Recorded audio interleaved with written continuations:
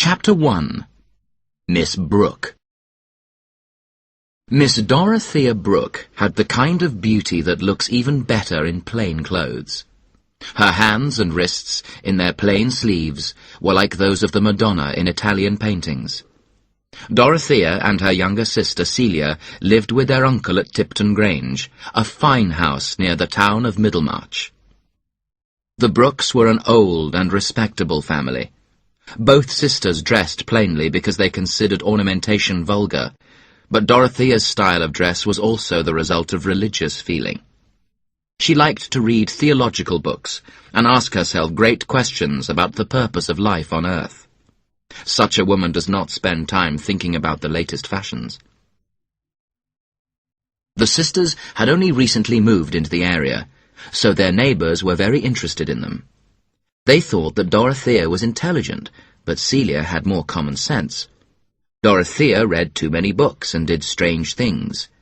Once she knelt down by a sick labourer in the street and prayed for him. The neighbours thought that men might hesitate to ask for Dorothea's hand in marriage, even though she was beautiful and charming and had £700 a year of her own. They thought that she might spend all her husband's money on Christian charity, or argue with him about politics or religion. No, the neighbours did not approve of Miss Dorothea Brooke. They preferred Celia, who looked so innocent and friendly. Poor Dorothea! She was much more innocent than Celia, but unfortunately our faces do not always reflect our characters. Whenever a young man came to Tipton Grange, Dorothea thought that he must be in love with Celia. Sir James Chetham, for example, came frequently. Dorothea wondered whether Celia should marry him or not. She never thought that Sir James might want to marry Dorothea herself. If she had thought of it, it would have seemed ridiculous to her. She had no interest in a handsome, friendly baronet who always said "exactly" in reply to her comments, even when she had expressed uncertainty. Dorothea had very childlike ideas about marriage. She dreamed of marrying a much older man, a scholar involved in some great work.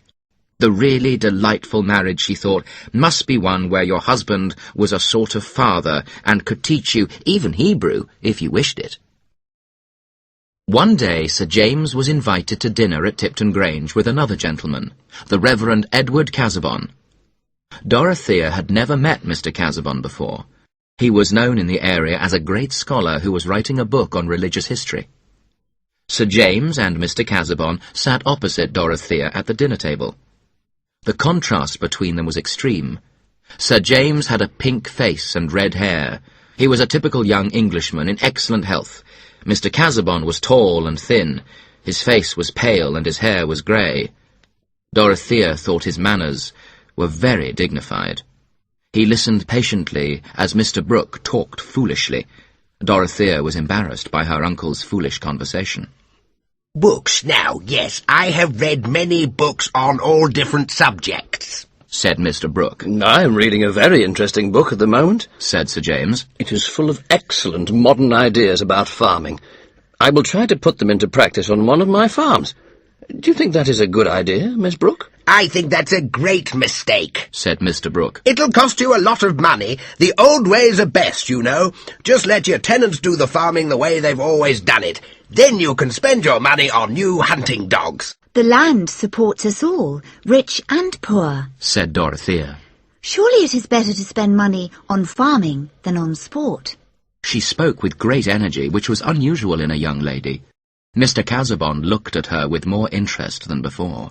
Young ladies don't understand political economy, said Mr. Brooke, smiling at Mr. Casaubon. Have you read much about political economy, Casaubon? No, replied Mr. Casaubon. I have no time to read modern writers.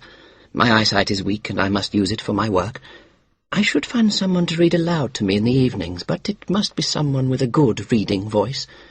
My work is all about the ancient world. Sometimes I think my mind is like the ghost of an ancient, wandering about the world, trying to reconstruct it as it used to be. But I must be very careful of my eyesight. Dorothea thought that Mr. Casaubon was the most interesting man she had ever met. To reconstruct a past world, what noble work! Do you like riding, Miss Brooke? asked Sir James. He had seen Dorothea riding a few days before. The fresh air had made her eyes shine and her cheeks pink. She had looked very charming.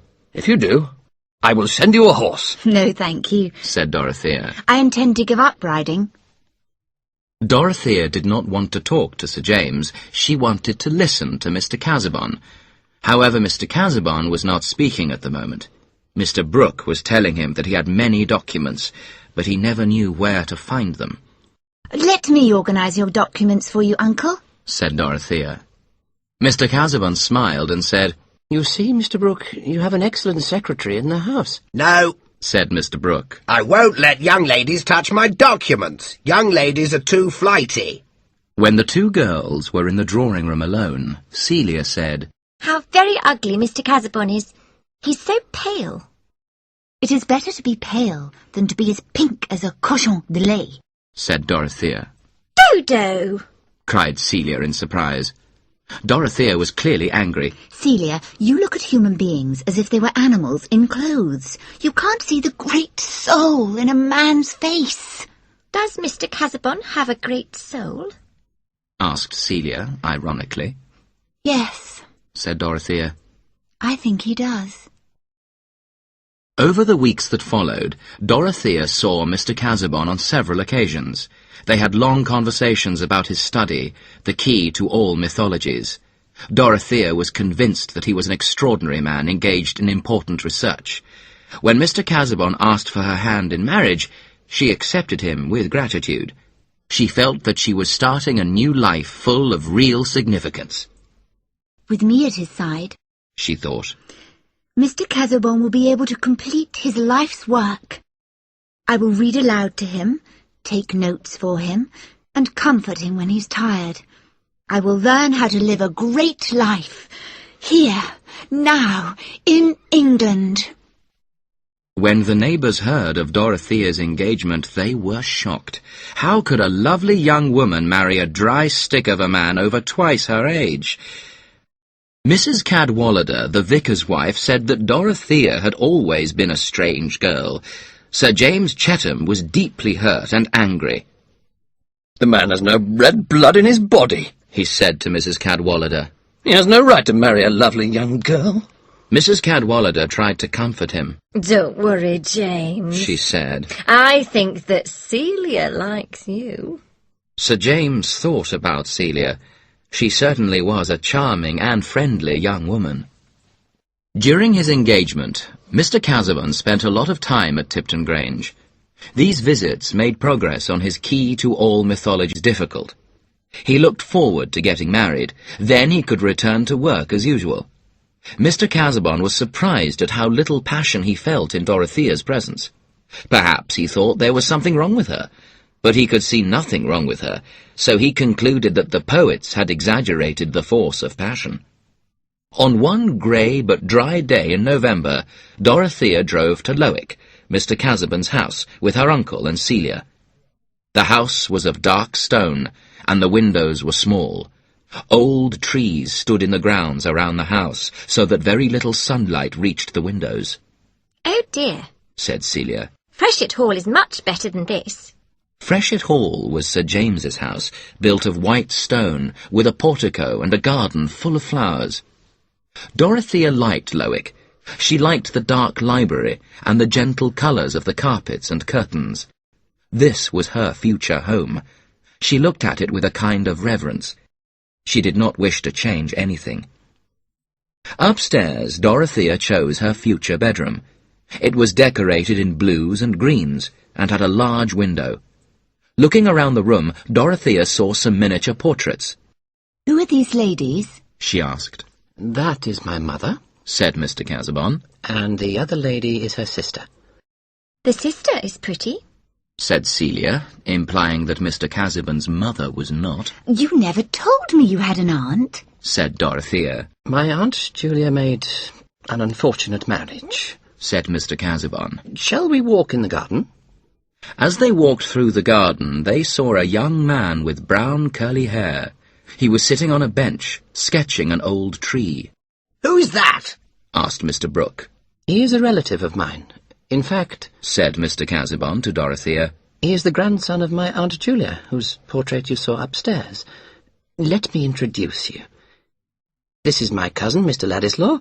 Will, this is Miss Brooke. Mr. Will Ladislaw had the same grey eyes and delicate nose that Dorothea had noticed in his grandmother's portrait. He did not smile. He looked rather discontented. They exchanged a little polite conversation, then Will sat down again, and the others continued their walk. As soon as they were out of sight, Will laughed aloud. Partly it was their discussion of his sketch that amused him, and partly it was the thought of his dry old cousin as the lover of that girl. "What is your cousin's profession?"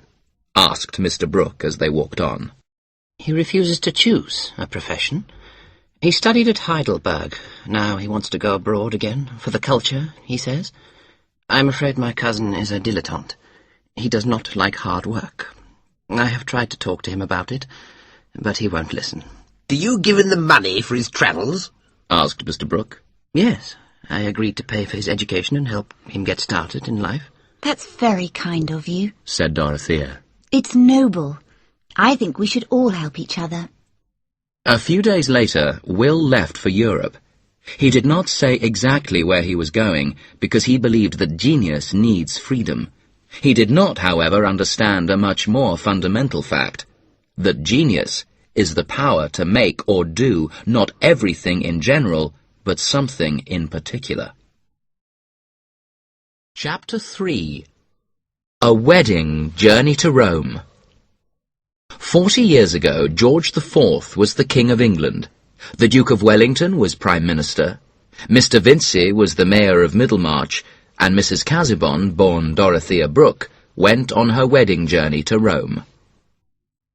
One day in December, Will Ladislaw was looking at the statues in the Vatican when his friend Naumann came up to him and said, "Come and see this woman." The two men went quickly and quietly down the corridor to another room where there was a beautiful marble statue of a Greek goddess. Standing near the statue was a lovely young woman dressed in plain grey clothes. She was not looking at the statue. Her large eyes were fixed dreamily on the sunlight coming through the window. Suddenly, she noticed that she was being watched. Without looking at the two men, she turned and walked away. "What a contrast," said Naumann when she was gone. "There is antique beauty, pagan and sensual, and here is living beauty, full of the consciousness of Christian centuries. If I painted a picture of it, I would make a dress as a nun." "She's married to my cousin," said Will. "I didn't know that they were coming to Rome." "Do you mean that old man? I saw him with her earlier today. Go and visit them. Introduce me to them. Maybe your cousin would like me to paint the lady's portrait." "I don't know if I shall visit them or not, and English ladies have better things to do than to model for you. If you painted her, you would only paint the outside. Language is a finer medium for representing women." "Yes, for those who can't paint," said Naumann. Will was offended and did not reply. "I see," said Naumann. "You are in love with your great-aunt, and no one else can look at her. This is serious, my friend." "Don't joke about that lady, Naumann," said Will, irritated. He suddenly felt that something had changed in his relation to her. 2 hours later, Dorothea was in her apartment in the Via Sistina. I'm sorry to say that she was sobbing bitterly. Mr. Casaubon was in the Vatican. She did not expect him to come back for several hours. Dorothea had now been 5 weeks in Rome. She had seen the great ruins and the glorious churches, but she found it all rather oppressive. She preferred to go out to the country to be alone with the earth and the sky. During these first 5 weeks of marriage, her idea of Mr. Casaubon and her relation to him had gradually changed. Mr. Casaubon himself had not changed. He was exactly the same. Before they were married, she had thought of his learning as a noble search for truth, but now it seemed a dry and depressing activity. His mind had seemed to her like a fine building, high on a hill, with panoramic views and lots of fresh air. Now it seemed like a labyrinth, full of dark corridors that led nowhere. Whenever he suggested that she should see a building or a work of art, he said, "Most people think it worth visiting." If Dorothea asked him, But what do you think? he replied, "It is very famous." There's nothing more depressing for a passionate young mind than this kind of response, in which years of knowledge seem to have produced a complete absence of interest or sympathy. It seemed to her that Mr. Casaubon had forgotten the purpose of his own work. He spent his time writing sarcastic comments about other men's theories of the solar deities, and in doing so he had become indifferent to the sunlight. She might not have noticed these things so soon if he'd been warm and loving towards her, but he was not. She had a warm heart. She longed for someone to love and serve. She wanted someone to hold her hands and listen to her thoughts and tell her his own thoughts in return. But Mr. Casaubon was not like that. He spent his days working, and in the evenings he often seemed still to be thinking about his research. He'd not found marriage to be a state of intense delight. Nevertheless, he intended to be a good husband, and hoped to make Dorothea happy. That morning there had been an unpleasant scene between them. Dorothea had said to her husband, "I hope you are satisfied with our time in Rome. I mean, as far as your studies are concerned." "Yes," replied Mr. Casaubon. "I have made some interesting notes. They are not absolutely necessary to my study, but they are of interest. Fortunately, your company has prevented me from working too hard." "I'm very glad that my presence has made any difference to you," said Dorothea. "I hope that when we get back to Loic, I can be more useful to you." "Certainly, my dear," said Mr. Casaubon. "I will need you to copy out and organize the notes I have made here." "Ah, yes, your notes, said Dorothea. and all those volumes of notes at Loic. Don't you think that now may be the time to write your book? Will you decide what to include in the book and what to omit, so that the world can finally benefit from your vast knowledge? I will help you. I can be of no other use." Dorothea ended with a sob and her eyes full of tears. "My love," replied Mr. Casaubon. He seemed calm, even though her comment had hurt and shocked him deeply. "I will know when the time has come to write my book. People who don't know what it is to work hard cannot understand true scholarship." "I realize that I cannot fully understand your work," said Dorothea coldly. "I simply wanted to be of use." Both were shocked by the situation. Each had been angry with the other. Neither of them felt able to say the gentle words that could restore tranquility. Dorothea felt that all her efforts to participate in his life were coldly rejected. Mr. Casaubon felt as if he had invited one of his critics into his home. Instead of comforting him when others criticized him, Dorothea was herself becoming critical. When her servant, Tantrip, knocked on the door, Dorothea quickly dried her eyes. "Come in," she said. Tantrip entered and said that a young gentleman had come to visit. She gave Dorothea a card on which was written the name Mr. Will Ladislaw. "Thank you," said Dorothea. "I'll come downstairs immediately." Will stood up as Dorothea entered the drawing-room. He could see that she had been crying. She came towards him, smiling in an open, friendly way, and shook his hand. He was several years older than she, but at that moment he looked younger, for he blushed suddenly. "I didn't know that you and Mr. Casaubon were in Rome until this morning, when I saw you in the Vatican Museum," he said. "I hope you are both enjoying your time here." "Thank you. Mr. Casaubon is not here at the moment. He is very busy, but he will be glad to hear that you called." "If you will allow me, I will call again tomorrow when Mr. Casaubon is here," said Will. "He goes to read in the Vatican Library every day. He's usually away from breakfast to dinner, but I'm sure he'll invite you to have dinner with us." Will had never liked Mr. Casaubon. Now he felt angry with him. That dry old pedant had got this adorable young woman to marry him, and now he was passing his honeymoon away from her. The thought filled Will with a sort of comic disgust. He didn't know whether to laugh or insult Mr. Casaubon at the top of his voice. Will smiled at Dorothea, and she smiled back. Will Ladislaw's smile was delightful. His face seemed full of light. "Something amuses you?" asked Dorothea. "Yes," said Will, quickly finding an excuse for his smile. I'm thinking of the first time we met, when you criticised my poor sketch. Criticised? Said Dorothea in surprise. I can't criticise art. I'm too ignorant about it. You said that you couldn't see the relation of my sketch to nature. That was really my ignorance, said Dorothea. I rarely see any beauty in pictures, even those that are considered very fine.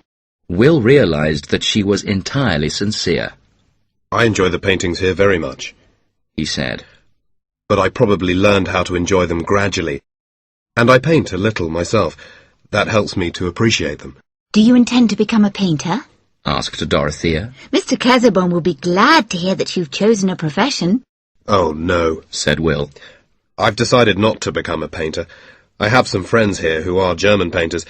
They're brilliant fellows, but they look at life entirely from the point of view of painting. I don't want to do that. Yes, I understand, said Dorothea. So many things seem more necessary than paintings. But if you have artistic talent, perhaps you should take that as your guide? I'm afraid I don't have enough talent, said Will. Her simple honesty made him feel that he could say anything to her. And it is useless for me to try to become a great painter through hard work. If things don't come easily to me, I never get them. I have heard Mr. Casaubon say that he wishes you were more patient, said Dorothea gently. She was rather shocked at his way of taking all life as a holiday. Yes, I know Mr. Casaubon's opinion. He and I differ. The contempt in his reply offended Dorothea. You are certainly different, she said proudly. I never thought of comparing you. Mr. Casaubon's diligence is rare. Will saw that she was offended, but he did not like to hear her defending her husband. Yes, he replied. That is why it's such a pity that it's wasted. If Mr. Casaubon could read German, he would save himself a lot of trouble. What do you mean? Asked Dorothea, surprised and anxious. I mean, said Will casually, that the Germans have already done a lot of the work he is trying to do. Will did not realize what pain his words caused her. The idea that all her husband's hard work might be useless filled her heart with pity and anxiety for him. When he saw the effect of his words, Will felt rather ashamed. I think it's a great pity. I especially regret it because Mr. Casaubon has been so generous to me. Dorothea looked up at him with tears in her eyes. I was at school at Lausanne, and there were German teachers there. But I didn't study German. How I wish I had. If I could read German now, I could be of use to him. Will began to see why Dorothea had married Mr. Casaubon.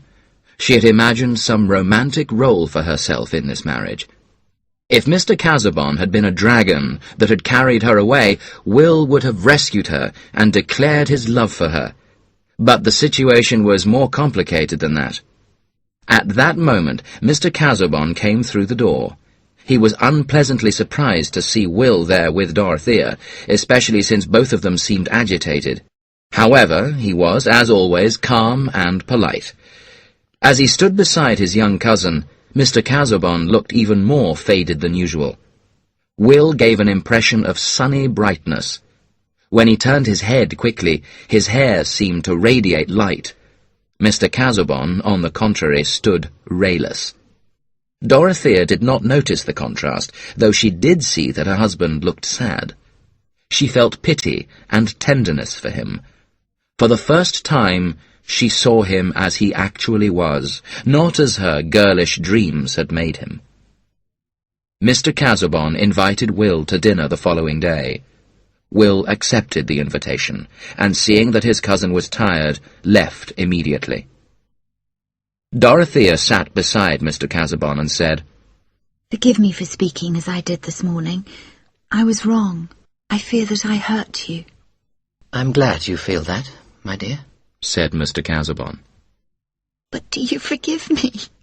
Asked Dorothea with a sob. Yes, my dear. Don't distress yourself. He wanted to tell her that she should not have received young Ladislaw in his absence, but he did not want to criticize her at the moment of her penitence. Chapter 4. Loic. Mr. and Mrs. Casaubon arrived home from their wedding journey in January. A light snow was falling. Loic looked different to Dorothea now. In the grey winter light it seemed dark and oppressive.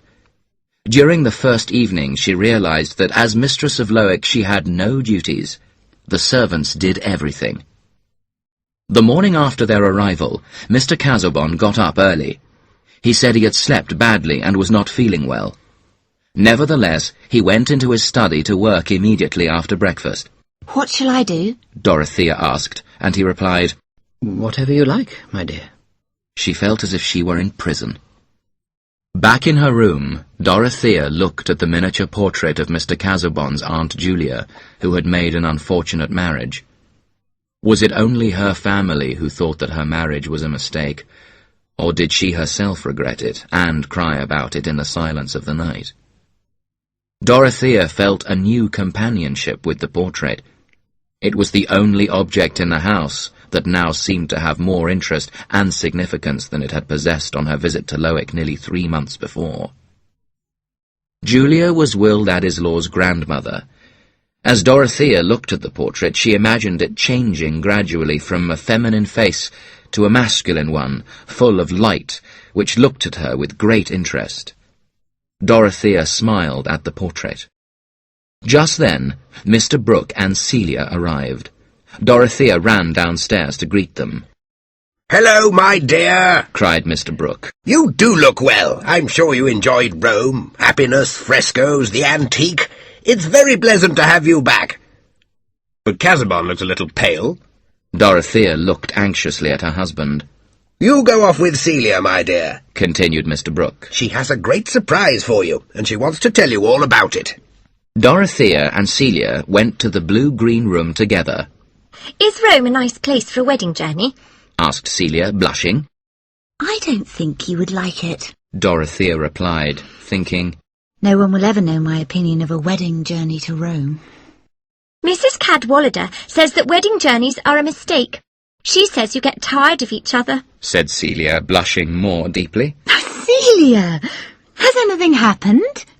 What is your great surprise? Sir James has asked me to marry him. Dorothea took her sister's face in her hands and looked at her anxiously. Celia's face seemed more serious than it used to do. And are you happy? She asked. Yes. Oh, I'm so glad. Sir James is a good, honourable man. One morning, a few weeks after her arrival at Loic, Dorothea... But why always Dorothea? Is hers the only point of view from which to look at this marriage? I protest against all this interest in the young and beautiful. The old and ugly have feelings too.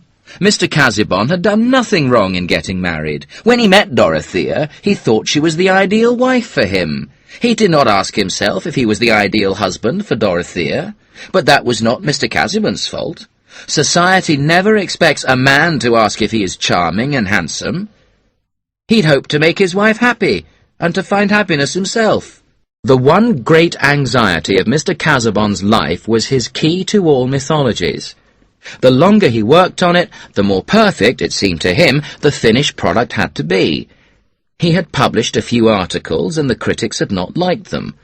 The poor man had hoped to find comfort in marriage, but now he felt that Dorothea, too, was looking at his work critically.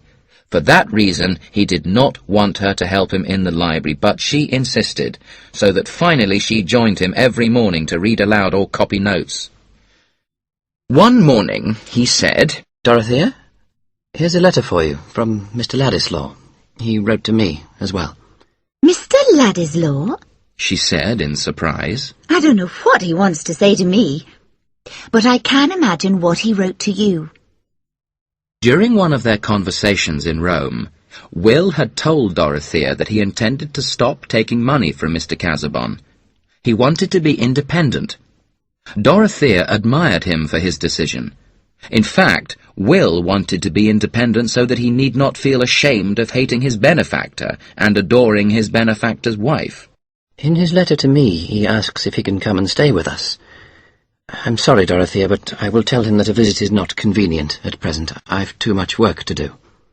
They had not argued since that unpleasant morning in Rome. Their last argument had been so distressing that Dorothea had decided never to argue with him again. Nevertheless, when she spoke, her voice was angry. Why do you think I want him to visit? If you don't want it? I don't wish to argue, said Mr. Casaubon. He started writing again, but his hand was trembling. Dorothea, too, went back to work. Her hand did not tremble as she copied the notes. She was still angry with her husband. They'd been working in silence for half an hour when Dorothea heard a book fall to the floor. Looking up, she saw Mr. Casaubon with his hands on his heart, as if in pain. She leapt up and ran to his side. Can I help you, dear? She said, her voice full of tenderness and anxiety. She led him to a large chair. Just then, Sir James and Celia arrived. Sir James said, "We must send for a doctor immediately. I can recommend Lydgate. Do you want me to get him?" Casaubon made a silent sign of approval. As he left the room, Sir James thought of how Dorothea looked, with her arms around her husband and that expression of deep sorrow on her face. "Ah, what a noble creature she is," he thought. He did not know that she felt shame and penitence as well as sorrow. Mr. Casaubon stayed in bed for the next few days. Lydgate came often. On the third day he asked if he could speak to Dorothea alone. They went into the library together. "Mrs. Casaubon, your husband has a disease of the heart," began Lydgate. He did not want to distress her, but he felt he should be honest. "He might live another 15 years, but only if we are very careful. He should avoid all unnecessary stress and anxiety. He should try to work less and get more exercise." He would be miserable if he had to give up his work, said Dorothea. "I know," Lydgate replied. "But we must try to vary and moderate his occupations. There is no immediate danger of another attack, but, on the other hand, death is often sudden in these cases." There was silence for a few moments. Dorothea looked as if she had been turned to marble. Finally she spoke. "Please help me," she said. "Tell me what I can do." "Well," said Lydgate, "perhaps you can travel to Europe together. That might be good for his health." No, said Dorothea, tears filling her eyes. he does not like travel. "I'm sorry to have caused you such pain," said Lydgate. He suspected that there was some deep sadness in this marriage, and he wondered what it was. "I'm glad that you have told me the truth," replied Dorothea.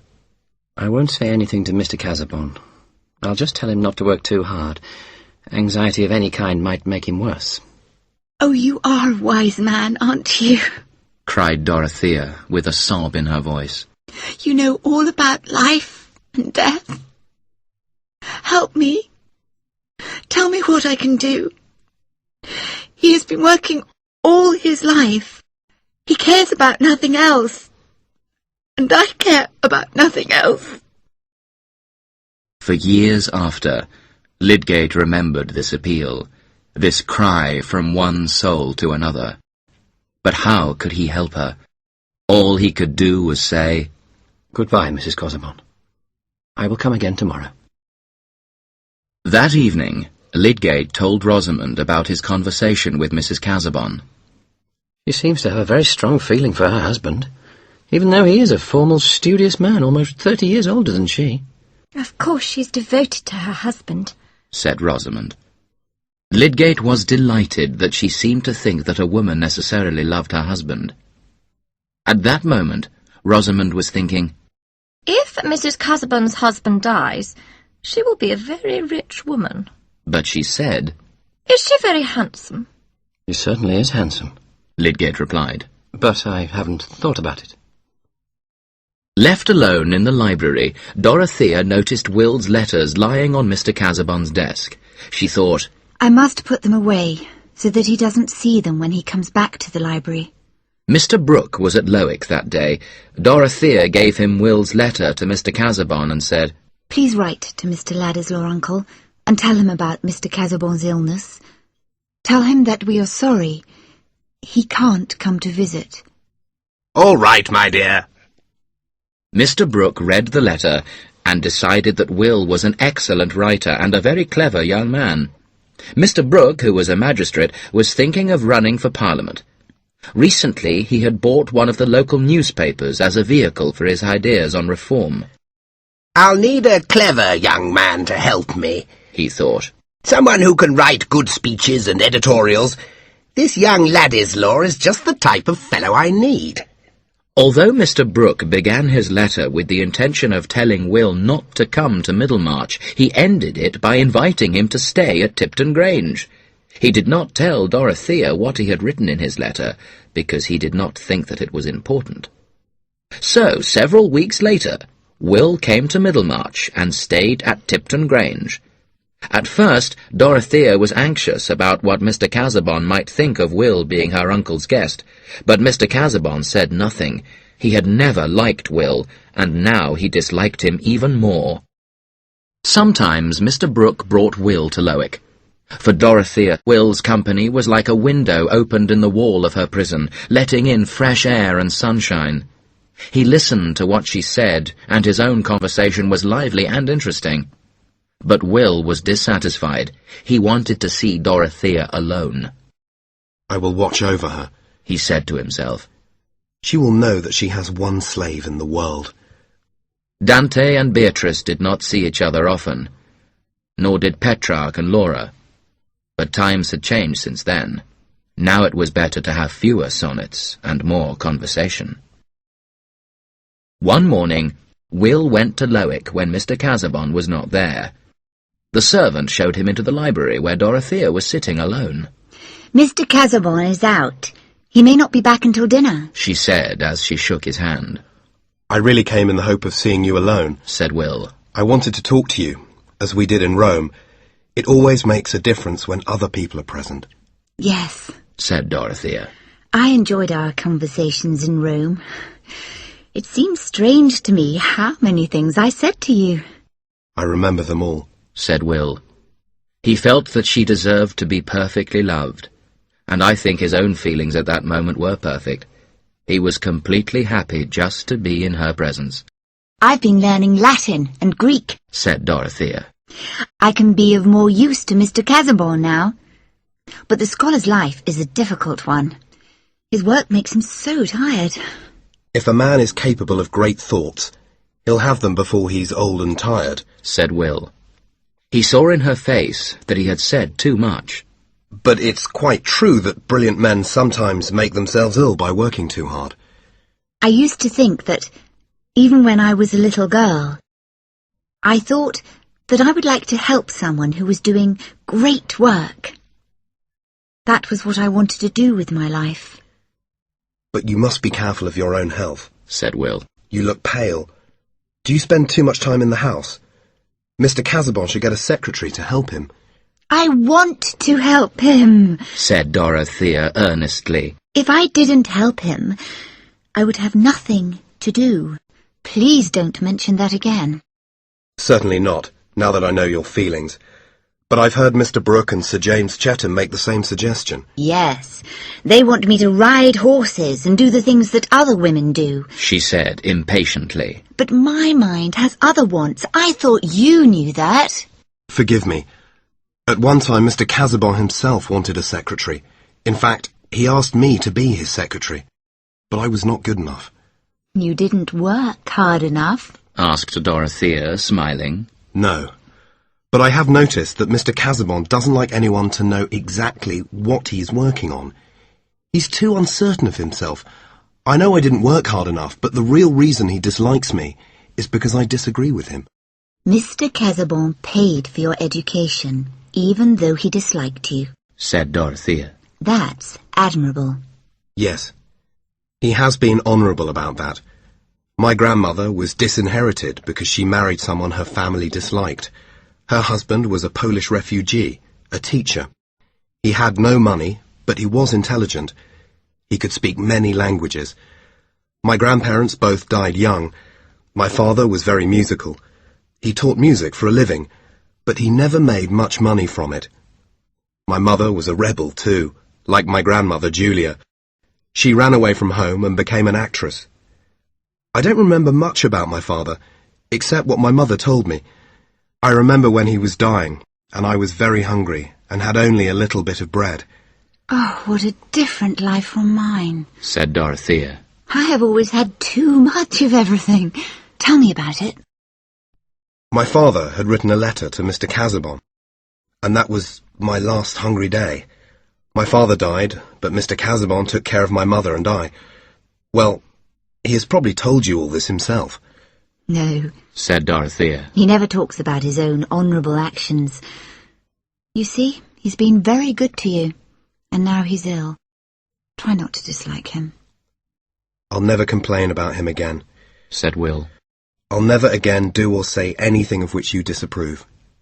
That's very good of you, said Dorothea, smiling. You make me feel like a queen. But soon you'll leave Middlemarch, and I won't be able to rule you any more. I want to ask you about that. It's one of the reasons I wish to speak to you alone, said Will. Mr. Brooke has offered me a position as editor of his newspaper. If you don't think I should accept his offer, I'll say no.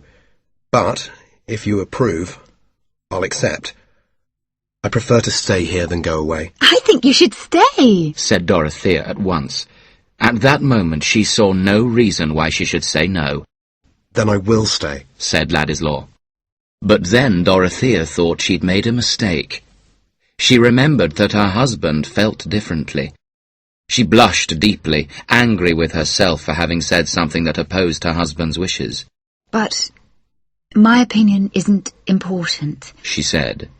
You should ask Mr. Casaubon. He got up to leave. He wanted to ask her not to mention the subject to Mr. Casaubon, but he was afraid to do so. She was so honest and sincere, he did not want her to change. And he was afraid that she might think less of him for asking it. So he just said goodbye and left the house. At 4 o'clock, Mr. Casaubon returned, looking happier than usual. I met Dr. Spanning today, my dear, and he said some complimentary things about my article on the Egyptian mysteries. I'm very glad, said Dorothea, delighted to see her husband smiling. It's a pity you weren't here earlier. Mr. Ladislaw called. He mentioned that my uncle has offered him work as editor of his newspaper. Do you think he should accept the position? Did Mr. Ladislaw come to ask my opinion? Said Mr. Casaubon. All the pleasure that had been in his face when he spoke of Dr. Spanning was gone. No, but when he mentioned my uncle's offer, he of course expected me to tell you about it. Mr. Casaubon was silent. The next morning he wrote the following letter to Will. Dear Mr. Ladislaw, I hear that you have been offered a position on a Middlemarch newspaper. If you accept that offer, I will be very offended. I have a high social position to maintain. Editing a newspaper is not, in my opinion, honourable and respectable work. If you accept the position, you will no longer be welcome to call at Loic. Yours sincerely, Edward Casaubon. Mr. Casaubon did not tell Dorothea about this letter. Chapter 6. The Widow and the Wife. When Dorothea had been at Freshitt Hall for a week, Celia told her about the new part of Mr. Casaubon's will. Dorothea blushed deeply, then went pale. The news seemed to make everything different. Her husband had kept secret his true feelings. She had never thought of Will Ladislaw as a possible lover. Now she knew that her husband had thought of him in that light, and she wondered if Will himself had done so. Celia did not notice how much the news had distressed Dorothea. She continued playing with the baby and talking. I never liked Mr. Casaubon, Dodo, and neither did Sir James. Now that he's gone, you should try to enjoy life more. Just then Lydgate came in. How are you, Mrs. Casaubon? You look ill. Has something distressed you? Celia said. She wants to go to Loic to look at her husband's papers.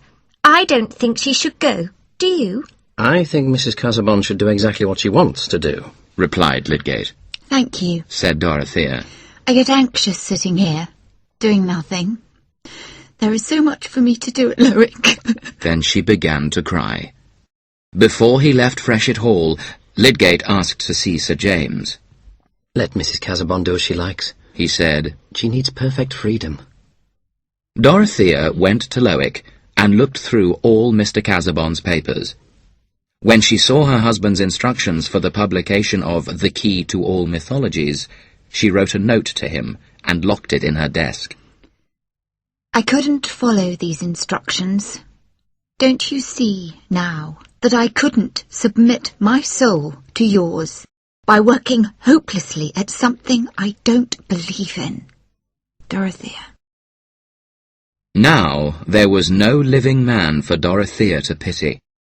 Besides, she now knew that Mr. Casaubon had been secretive and suspicious. She wished that she could renounce the property he had left her in his will, but she felt that property was a responsibility that she should not ignore. For 3 months, Dorothea stayed at Freshitt Hall, but made frequent visits to Loic. During that time, the elections were held. Despite Ladislaw's hard work, Mr. Brooke lost the election. His reputation as a bad landlord had made him many enemies in Middlemarch. He decided to give up politics and sell the newspaper. Shortly after the election, Dorothea moved back to Loic. She will get depressed living alone in that miserable house, said Mrs. Cadwallader. She really should get married again as soon as possible. The real reason for Dorothea's return to Loic was her deep desire to see Will Ladislaw. One morning she was sitting in the drawing-room looking out of the window when Tantrip entered and said, Mr. Ladislaw is here, madam. Bring him in, please, said Dorothea. When Will walked into the drawing-room, Dorothea blushed deeply. She felt that this meeting, which she had wanted so much, was too difficult. Both of them were nervous and agitated. I am leaving Middlemarch, said Will. I wanted to say goodbye to you. I hope you don't mind me coming here. I'm glad you came. Are you leaving Middlemarch immediately? Very soon. I'm going to study law in London. I like political work and I want to be qualified to do it. Other men have won honourable positions for themselves without the help of family connections and money. That makes it all the more honourable, said Dorothea. My uncle says you speak in public very well, and that you care about justice for everyone. I'm so glad. When we were in Rome, I thought you only cared for poetry and art. So you think I should go away from here and stay away for years, until I've succeeded in some profession? She did not answer immediately. She looked out of the window at the roses in the garden. She assumed that Will had heard about Mr. Casaubon's mean action. She thought, He never felt anything but friendship for me. Finally she replied, Yes, I'll be happy to hear that you have found a profession. But you must be patient. It could take a long time. Her voice trembled a little. You'll forget about me, said Will. No. I'll never forget you, she said, smiling. Will blushed and leapt up. Good God! He cried passionately. He looked almost angry. He wanted to tell her that he loved her, but he could not. Others will think I want her money, he said to himself. I won't let them think that. And I'm afraid of what she might think. Just then, Sir James arrived. I must say goodbye, Mrs. Casaubon, said Will, and bowing to Sir James, he left quickly. Rosamond was expecting a baby. Lydgate was very glad to hear the news, although it meant more expenses. He was finding married life very expensive indeed. Rosamond liked everything to be the best. He told Rosamond that she should stop horse-riding, now that she was expecting a baby, but Rosamond was used to doing what she liked. In June, Lydgate's cousin came to stay with them. Rosamond was very pleased to have a baronet's son as her guest. Captain Lydgate was very attentive to Rosamond, and paid her many compliments. It gave Rosamond great pleasure to be admired by other men, as well as her husband. Fortunately, Tertius was not a jealous husband, and often he left her alone with the captain. Why don't you talk to the captain more? Asked Rosamond one day when they were alone. Because, my dear Rosie, the man's a fool, replied Lydgate. Ask Ladislaw what he thinks of the captain. He's almost stopped visiting us ever since that man came here. Rosamond thought she knew why Mr. Ladislaw disliked the captain. He was jealous. This thought pleased her very much. One day, the captain asked Rosamond to go riding with him. Rosamond agreed to go. She did not tell her husband, but she enjoyed it so much that she told him afterwards. She said she planned to go again the following day. Lydgate was furious. "You shouldn't have gone riding, and you won't do it again, Rosie," he said firmly. It was a statement, not a question, and therefore required no reply from Rosamond. She was pleased that she had not made a promise. The next day she went out with Captain Lydgate again. Rosamond's horse was frightened by the sound of a falling tree, and she was frightened too. She became ill and lost the baby. In all future conversations on the subject, Rosamond was certain that horse riding had made no difference. "If I'd stayed at home, I would have lost the baby anyway," she said. "Poor darling," said Lydgate. But he was amazed at the terrible tenacity of this delicate creature. He felt he had no power over her. Affection did not make her obedient. She did whatever she liked. Soon Rosamond was in good health again, and looking as lovely as ever. Lydgate stopped worrying about her, and returned to other worries. He was very deeply in debt. He could not ask his father-in-law for help. Mr. Vincey had money troubles of his own. Lydgate decided to tell Rosamond about their debts. It was clear to him that they had to live more modestly from now on. Rosamond liked to give parties, and everything she bought was of the very best. He had to explain to her that they must economize.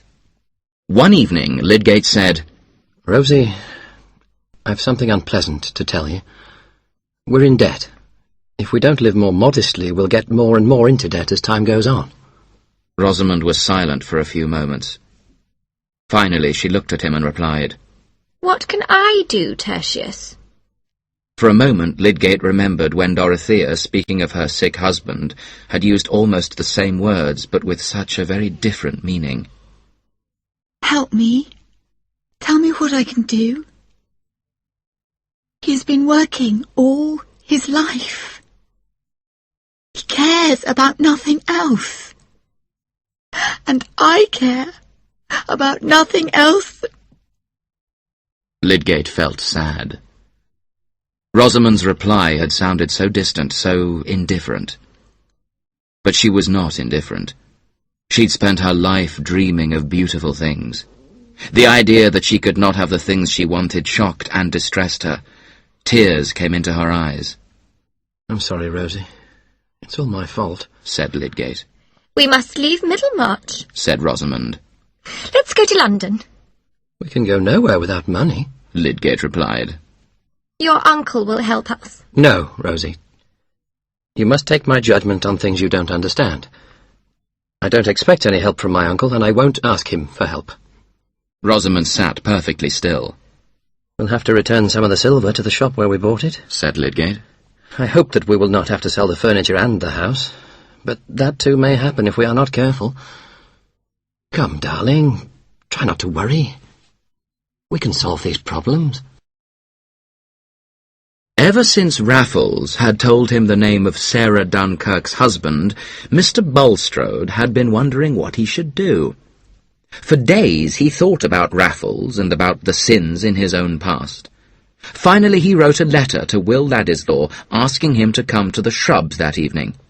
Will was not surprised to receive this invitation. He assumed Bulstrode wanted to talk about some business to do with the election. "I invited you here, Mr. Ladislaw," began Bulstrode, "to discuss a very private matter. I have a confession to make to you. I make it only because I will be judged by God. Human law cannot touch me." Ladislaw had always been sensitive on the question of the honour of his family. He was now afraid of what Bulstrode might tell him. "Is it true that your mother's name was Sarah Dunkirk, and that she ran away from her family to become an actress?" Yes. replied Will. "Do you know anything about your mother's family?" No. "Sarah Dunkirk's mother became my wife," said Bulstrode. "She was rich, and when she died she left all her money to me, because she couldn't find her daughter. Is your mother still alive?" No. said Will, standing up as if to leave. He felt suddenly angry. He did not want to have any connection with this man. Please sit down, Mr. Ladislaw, said Bulstrode anxiously. I wish to compensate you, to give you the inheritance your mother never received. I am not obliged to do this by law. I am doing it merely as an act of conscience. Did you know where to find my mother? Said Will. Bulstrode turned pale. He'd not expected his generous offer to be met in this way. Yes, I did. But now I'm penitent, and wish to do the right thing before God. I assume that you will accept my offer, Mr. Ladislaw? Will looked at him angrily.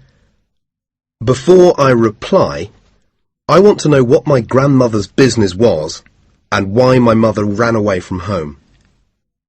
It was a shop, said Bulstrode nervously. A pawnbroker's shop. Sarah thought that it was a dishonourable business. That's why she ran away from home.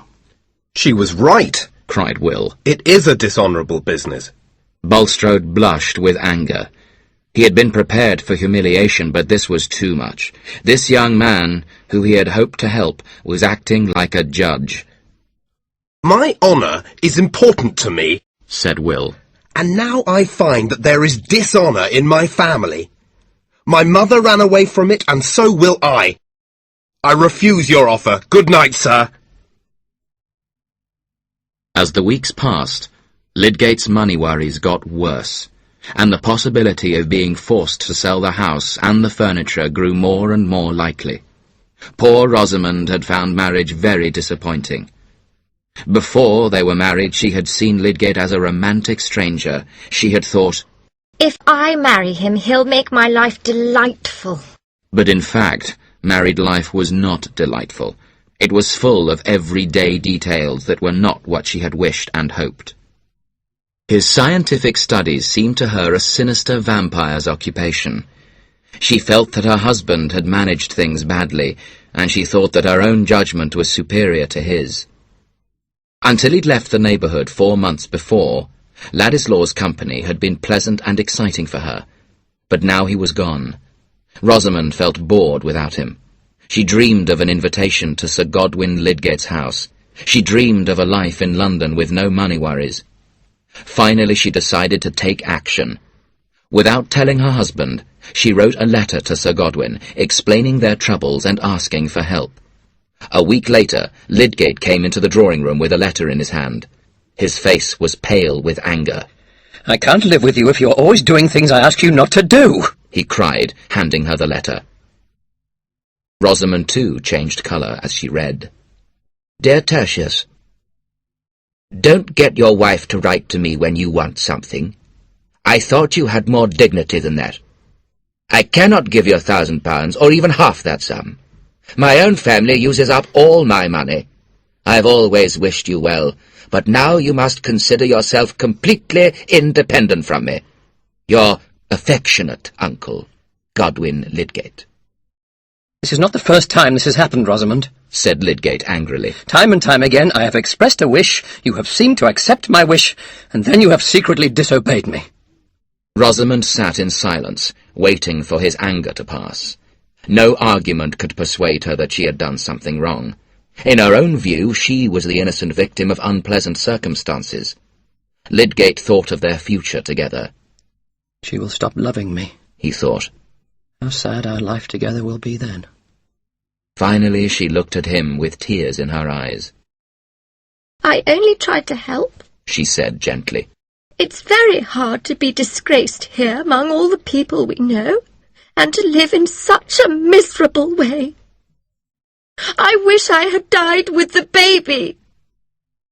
Her gentle tears and words touched Lydgate's heart. He put his arm around her.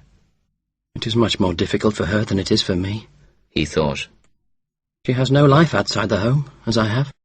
He wished to excuse her everything if he could, but to excuse her was also to think of her as another and weaker species. Nevertheless, she had mastered him. Will's departure for Middlemarch had been delayed, but now, after his meeting with Bulstrode, he finally prepared to leave. Then he remembered that he had left some of his sketches at Tipton Grange. He rode out to get them on his last day in Middlemarch. That morning, Dorothea went to Freshitt Hall to see Celia and Sir James. Mrs. Cadwallader was there too, repeating all the gossip she had heard in Middlemarch. Everyone is talking about Mr. Ladislaw, she said. He spends all his time singing with Mrs. Lydgate while her husband is at work. That is not true, cried Dorothea. or at least it is a misrepresentation. I do not want to hear people speaking evil of Mr. Ladislaw. He has already suffered too much injustice.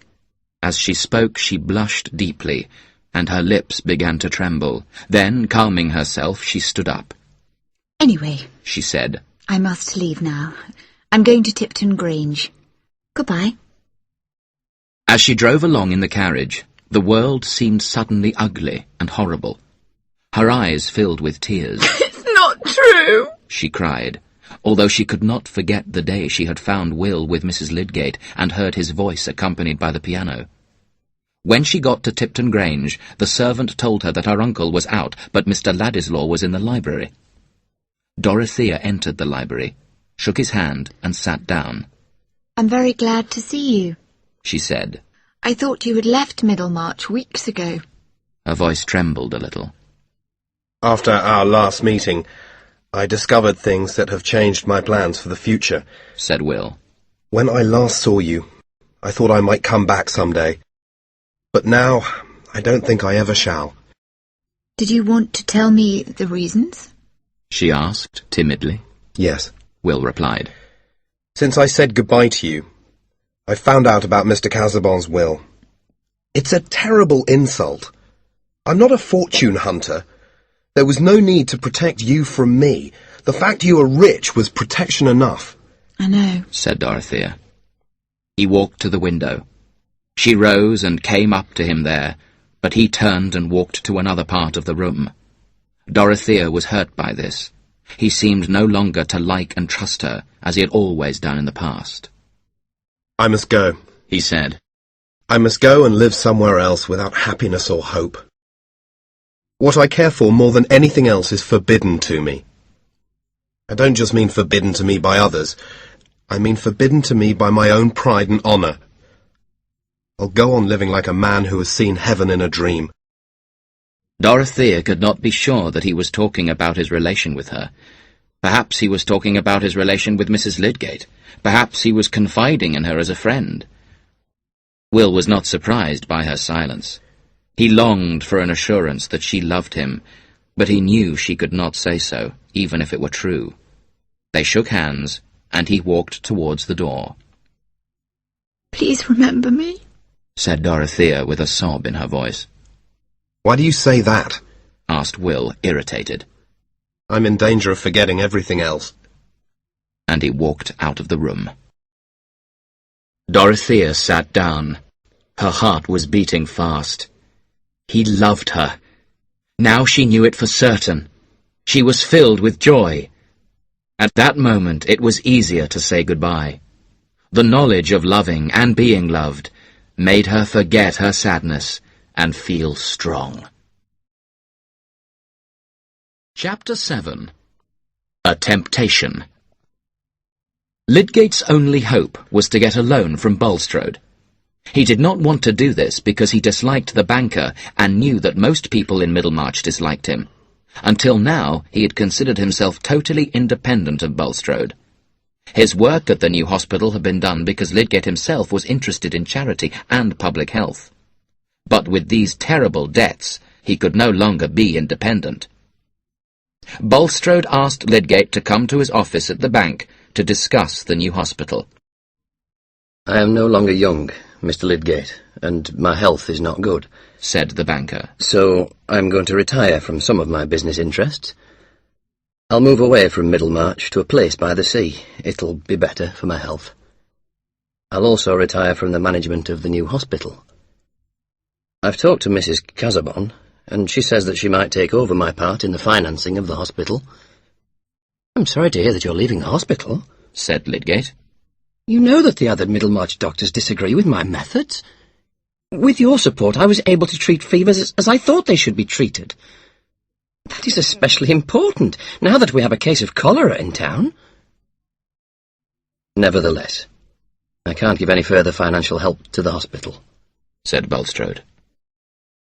Lydgate thought that Bulstrode must have money problems of his own, but asking the banker for a loan was his last hope, and so he explained about all his debts and asked for a loan of £1,000.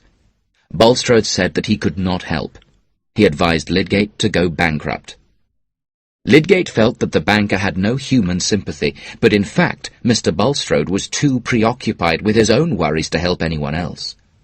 In the past few months, Raffles had come back to Middlemarch several times. Each time, Raffles went into Middlemarch and got drunk in the public houses. Bulstrode was afraid that Raffles might tell his secrets in town, so he gave the man money to go away. The day before, Raffles had come back to the Shrubs. He was ill. Mr. Bulstrode put him to bed in his own bedroom. He told his wife that he was taking care of a miserable creature, the victim of vice, as an act of Christian charity. The fever had made Raffles delirious. He was speaking plainly about those facts in the past that Bulstrode wanted to keep secret. Bulstrode was afraid that someone might hear, so he sat by the sick man's bed and allowed no one else to enter the room. He sat up all night praying. When Bulstrode returned from the bank after his conversation with Lydgate, Raffles was worse. Illness had changed him. Instead of being loud and sarcastic, he was now timid and frightened. Bulstrode sent a note to Lydgate, asking him to come to the Shrubs. Sitting by the bed, waiting for Lydgate, Bulstrode thought that perhaps God intended to save him from disgrace and humiliation, after all. Raffles might die. Bulstrode prayed. Thy will be done. When Lydgate arrived, Bulstrode spoke to him outside the room. I've asked you to come, Mr. Lydgate, because an unfortunate man is here and is seriously ill. His name is John Raffles. He worked for me many years ago. I feel it's my duty to help him.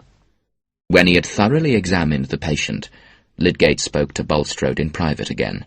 He must stay in bed. Someone should watch him all the time. I'll watch him. Have you no servant who could do it? Yes, I have Mr. and Mrs. Abel, but they are inexperienced. I'll watch the patient, and they can help me if necessary. All right. Then I'll give my instructions to you, said Lydgate. Don't give him any alcoholic drinks. He'll ask for them, but you must refuse him. Is it serious? Asked Bulstrode. I'm not sure. He was a strong, healthy man before he fell ill. If you follow my instructions, he should get better in a few days. On the other hand, he might get worse. We'll have to wait and see. I'll come again tomorrow morning. As Lydgate rode away, he thought about the treatment of cases of alcoholic poisoning such as this. Most doctors in Britain at the time believed that patients with this illness should be allowed to drink alcohol and be given large doses of opium. Lydgate was completely against this treatment. Whenever he had treated cases of alcoholic poisoning in the past, he had forbidden alcohol and opium, and his patients had got better. Lydgate did not wonder why Bulstrode was taking care of Raffles. He supposed that the sick man was the object of Bulstrode's Christian charity. I wish he had the same feelings of Christian charity for me, he thought. He was on his way home to tell Rosamond that his last hope of paying the debts was gone. She had told him that if the furniture had to be sold, she would go back to her father's house. As he rode along, Lydgate thought how different these troubles would be if he had a loving companion to share them. Bulstrode sat by the sick man's bed, deep in thought. He wanted Raffles to die, but he intended to do nothing to cause that death. He intended to follow Lydgate's instructions exactly. Now he deeply regretted having refused to give Lydgate a loan that morning. If he had given Lydgate the loan, Lydgate would have felt obligated to him. What if Raffles spoke deliriously while Lydgate was there? The next day, Lydgate came at noon. Bulstrode noticed that the doctor looked pale and tired. Raffles was worse. He had refused to eat, and he had not slept. He had been awake, feverish and delirious all night. I think we should give him a little opium.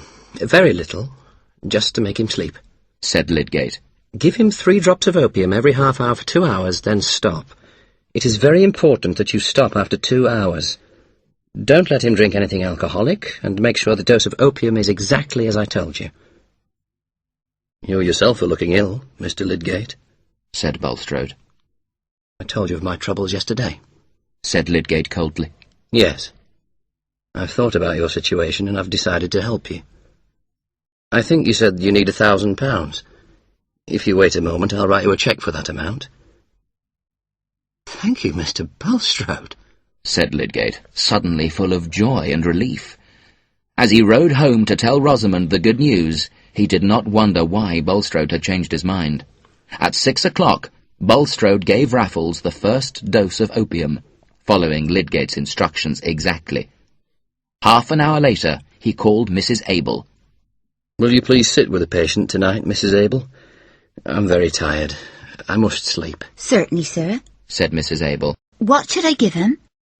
Give him 3 drops of opium every half hour. Give him soup or water if he asks for it. If you need any help, call your husband. Mr. Bulstrode went downstairs.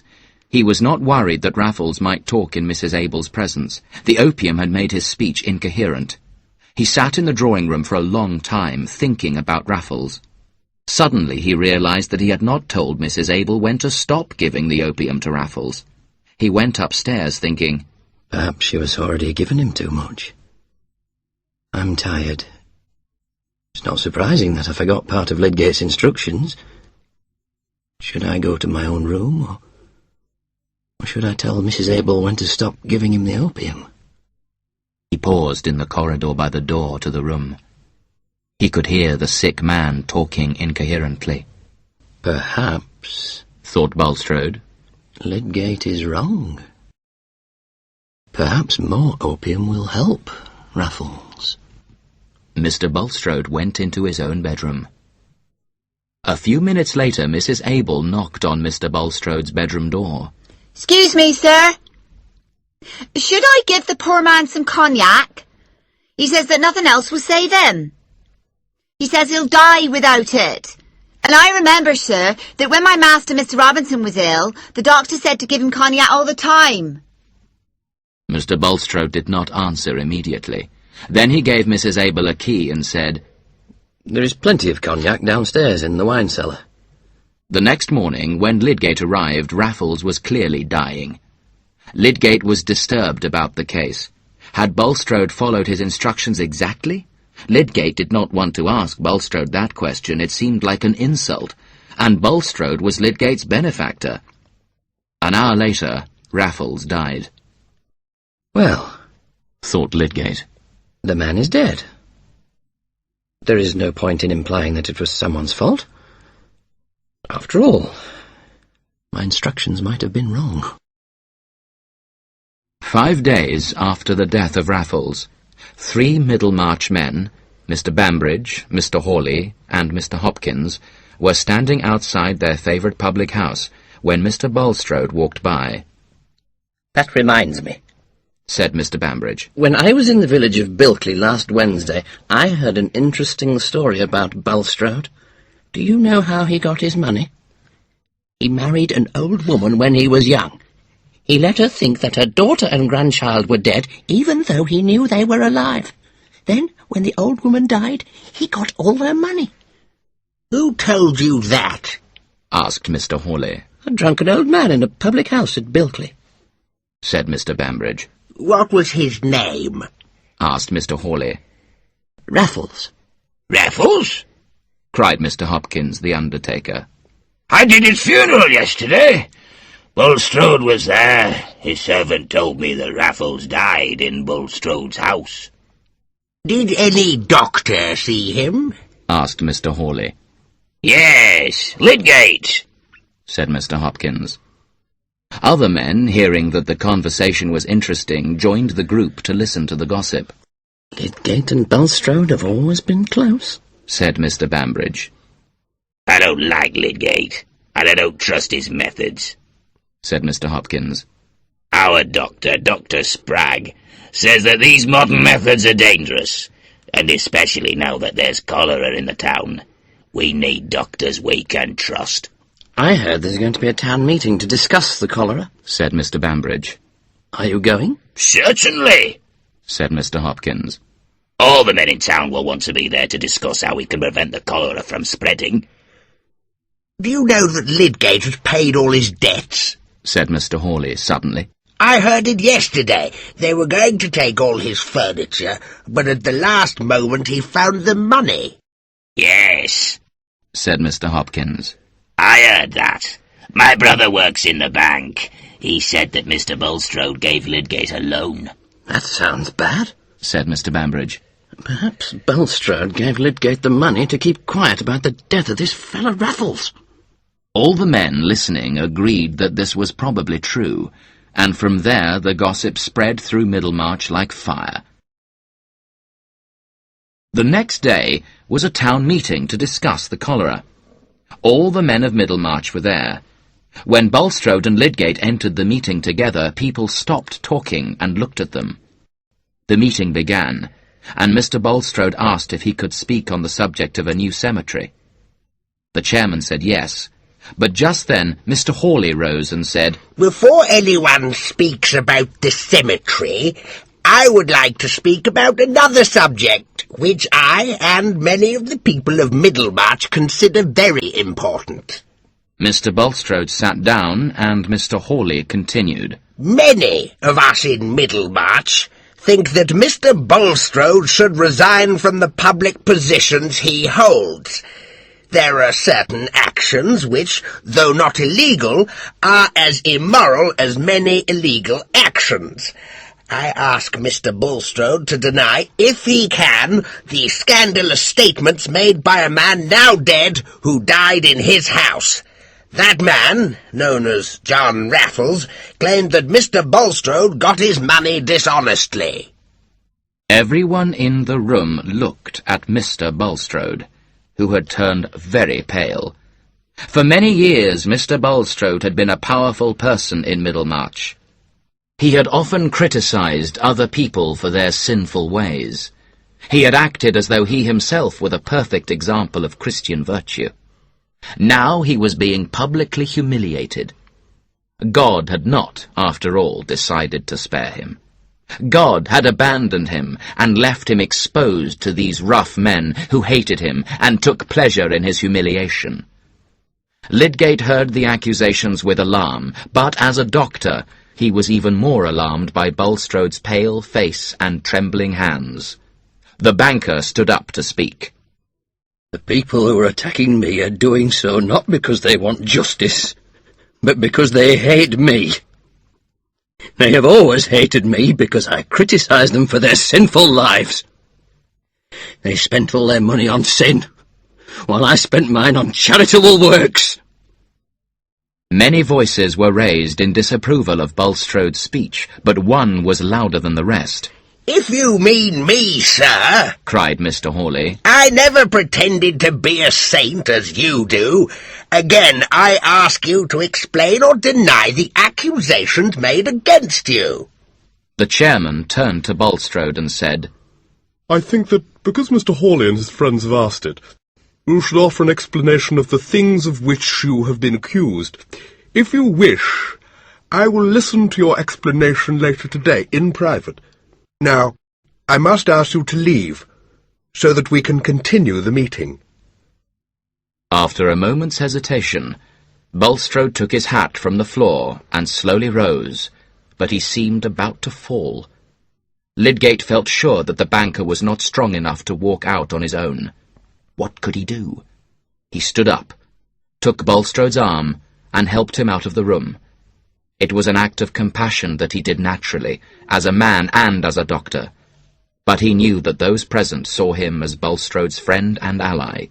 He knew that by helping Bulstrode at that moment, he was separating himself from the other men in the room. Poor Lydgate could now see exactly what the other men of Middlemarch thought of him. They thought that he had taken a bribe to keep silent about the death of Raffles.